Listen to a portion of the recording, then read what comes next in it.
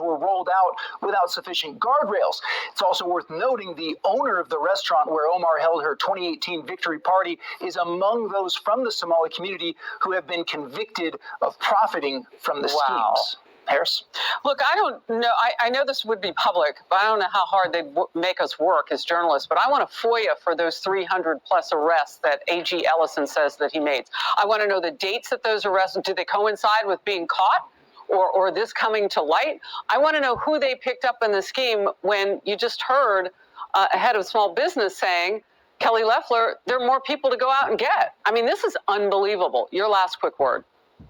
Yeah, and it's interesting. Earlier this week, when Governor Walz was asked why is it that he was leaving this up to the feds, why isn't the state doing more? Yeah. He said, we're working with the feds and that we're leading to these federal cases. He didn't answer that question repeatedly, though, of why it is that the state itself hasn't done more to go after these fraud cases. Wow. And just to hear Tim Walz saying he's working with the feds after every push against ICE, different topic, same attitude, though. So interesting. Now, to save his own hide, he's going to work with the feds for that investigation. Garrett Tenney, thank you. Minnesota's fraud scandal is raising much larger, more far-reaching and implications questions about the welfare state and government bureaucracies across America. The Wall Street Journal editorial board is honing in on that issue that is at the heart of, remember, DOJ's mission to cut out things that weren't working that cost us so much, to cut that. And it's a huge concern for taxpayers. Here's part of that article. The main problem here isn't ethnicity or migration. It's the incentives for indolence and fraud at the heart of the welfare state. And all that free money with few guardrails is an invitation to theft. Columnist Kim Strassel echoes that with this, quote, Minnesota raises to alarm a level a separate need for a reset. The system itself, the government machine, is broken. The system serves more as a cash machine for criminals than a safety net for the needy. Here's Republican Senator Joni Ernst.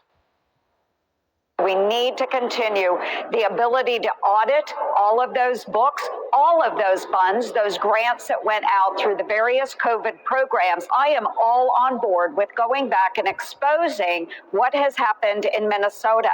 And let this be a lesson as well, not just to Minnesota, but to all of the fraudsters that exist out there that have taken money that did not belong to them and should not have gone to them. Well, she's right about that. They're taking a look at other states, including California. That for another day. Let's focus in on this really wildfire going on in terms of politics in Minnesota right now. Ari Fleischer, former White House press secretary, Fox News contributor. Ari, how do we not focus in on what the motivation to do something like this would have been? And that's you cannot win in that state in politics without that Somali community, and they are at the heart of this fraud allegation. Well, I think there are two issues here. The most fundamental one is the ripping off of the welfare state, which is human nature. This is just the tip of the iceberg. Why does anybody think this is limited to Minnesota or any of the 50 states? This is what people do when the government hands out free money. They create fraud to get more of it. And this is why big government equals big fraud and wasted money. It always has, always will. And what's vital now, and this is where if Walter Ellison, the governor and the attorney general, knew of this and looked the other way, they need to be thrown out of office. Because this is corruption because of the key Somali community, as you referenced, Harris. Look, how do we look at this in terms of DOJ, Department of Government Efficiency, and all the pushback that Democrats had on this? I'm wondering now, were there some other underlying things going on to push back on that, like this? Well, that's why I supported DOJ so much. Big government equals big waste. The two just go hand in hand. There will never be sufficient guardrails on any federal spending program because people are always going to figure out a way to cheat it. That's the problem with big government. That's the problem with free money. This is the fruit of the welfare state. Now, keep in mind, too, this is almost 2026. COVID happened 2020 to 2021, 5 to 6 years ago. This is only coming out now. Right. What other programs throughout the federal government were full of fraud and they're only being caught later.